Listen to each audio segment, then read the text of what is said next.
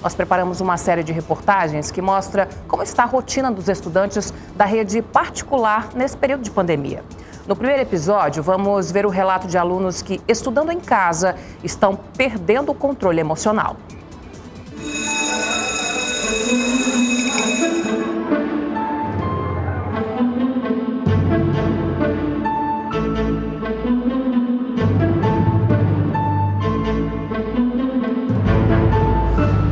Já fazem 3.403 horas, ou 141 dias, ou 20 semanas, ou 4 meses que os estudantes nunca mais ouviram falar em sala de aula. O dia 16 de março de 2020 pode marcar o último contato entre professores e alunos dentro de uma sala de aula em Rondônia. Depois do início da pandemia do novo coronavírus, as aulas começaram a ser remotas. E isso pode afetar bastante a mente de um estudante. No começo da pandemia, os alunos imaginavam que seria apenas umas férias, que tudo voltaria ao normal logo. Mas aí o tempo foi passando, já fazem mais de 120 dias que eles vivem a mesma rotina dentro de casa. E é nessas horas que dá aquela saudade do ambiente escolar. É aí que começa o descontrole emocional. A solidão vem, e aí a partir dessa solidão, dele ter que ficar dentro de 4 paredes, estudando pelo celular, brincando em cima do sofá, porque é o único lugar que ele tem, o que ele vai desenvolver? Uma ansiedade, né? Uma depressão. E esse descontrole aconteceu com um dos filhos de Elisângela. Ela é mãe de 4 filhos, mas 2 estudam numa mesma escola particular em Porto Velho. E de tanto viverem o mesmo ambiente, mesmo que ainda seja familiar, um dos filhos dela perdeu o controle. Já estou tendo mais prejuízos, como meu filho, por exemplo, ele surtou, começou a ter síndrome de pânico e outras coisas assim que eu não sou médica para diagnosticar, mas eu passei assim sérios problemas com ele por causa desse isolamento há tanto tempo. O transtorno psicológico pode afetar os pais também. No caso da Elisângela, ela não tem computador suficiente para atender às necessidades dos 2 filhos de assistirem aula. E muitas das vezes, um fica sem o conteúdo do dia. Então foi uma coisa muito chata, que um ficou sem, o outro tinha. Aí tive problemas com a internet, problema com o monitor, problema com o teclado. Então, de uma certa maneira, eles estão tendo aula a menos de 2 meses. Um está tendo aula a menos de 2 meses, o outro está 4 meses sem aula. Então, era uma coisa que a gente não tinha se preparado, que a gente não imaginava, a gente se adaptou.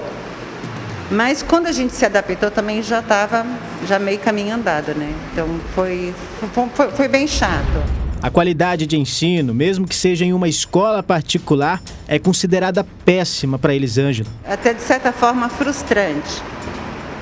Meu filho estava comentando hoje comigo que eu perguntei como que ele estava se sentindo, o que ele estava aprendendo. Ele falou assim, mais ou menos. Eu falei assim, e como que você saiu nas provas? Ele falou assim, eu acho que eu me saí bem, só que as provas não estão valendo muito. Então, isso às vezes na cabeça da criança faz com que ela se desmotive, porque a prova não tem a nota total, né? Ela não vale 10, ela vale uma nota menor. Então faz com que a criança também, de uma certa forma, ela perca a motivação, porque ela não vai ganhar muito por aquele esforço que ela teve. Já a Vitória Gabriela, que também estuda em uma escola particular, se sente prejudicada por causa da internet. E apesar de eu ter excelentes professores, a região onde eu moro, perto da escola, cai muito a internet. E além disso, eu tenho que compartilhar o computador com várias pessoas da minha casa que também estudam. E ficar 4 horas por dia olhando para a tela do computador atrapalha muito e me trago muita dor de cabeça. E eu espero muito que a gente volte para a escola. Para o Miguel, a saudade do ambiente escolar é grande, mas o que é grande também para ele é a dificuldade em entender o conteúdo. A minha saudade da escola é ver meus amigos, trabalhar junto com eles, ver as minhas professoras, poder fazer as atividades. E as minhas dificuldades são para eu entender o conteúdo, para eu, às vezes, conseguir ouvir a professora, porque quando a gente estava na escola, o espaço era maior, ela estava perto da gente para ajudar a gente, e essa foi uma dificuldade enorme para mim. Para outro psicólogo, o Francisco, diante dessa pandemia do novo coronavírus, os estudantes ficaram sem liberdade. E no futuro, os pais é que vão precisar de paciência para reinventar os seus filhos. Essa criança, ela vai ter que, vamos dizer assim, né? Eu vou usar até uma palavra assim, né? Para entender, ela vai ter que ser de novo formatada aquilo que ela era antes. Entendeu? Porque ela saiu totalmente daquilo que ela fazia antes. E agora tem que voltar. Por enquanto, o decreto não permite que as aulas em escolas públicas e particulares retornem. O tempo está passando, mas há sempre aquela esperança de dias melhores, de ouvir de novo aquele bom dia ou boa tarde dentro da sala de aula. Mas eu acredito sim que deveria voltar sim. Já está acontecendo em outros lugares, né?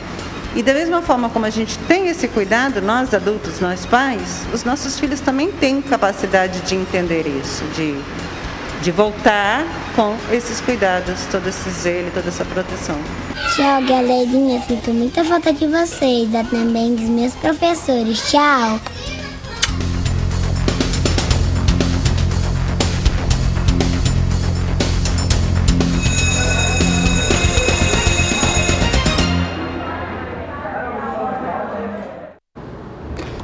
E a letra do André Felipe é bonita, né? Tu viu ali? Pandemia na escola, no quadro Perfeita. negro. Amanhã o André Felipe vai trazer a segunda parte dessa série de reportagens que a gente preparou para vocês durante toda essa semana. Até sexta-feira vocês vão ter aí tudo sobre a pandemia na educação e os reflexos dela, especialmente na cabecinha e na alma das nossas crianças.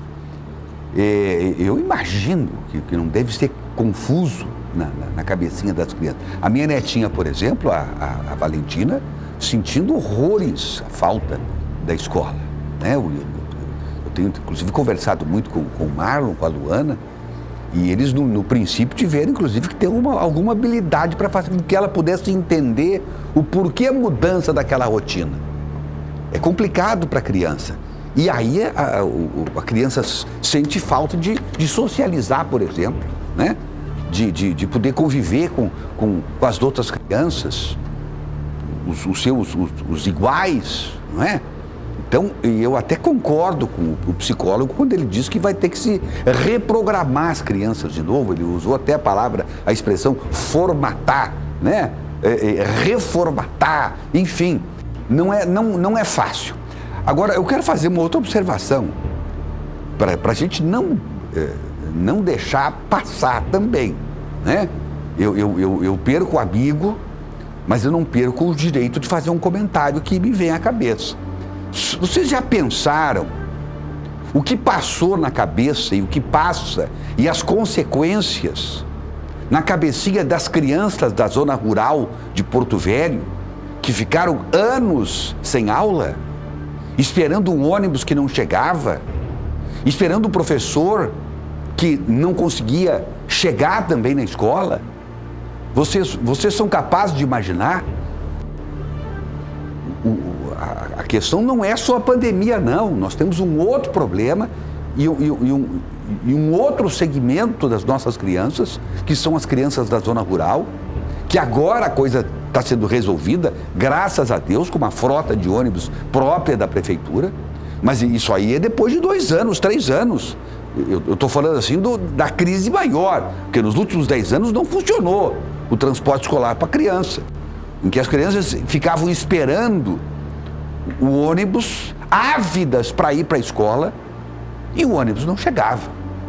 Imagine o que não deve ter de consequências na cabecinha dessas crianças. Isso merece uma outra série de reportagens, certamente, para ver o que sobrou na cabecinha dessas crianças. Do mesmo jeito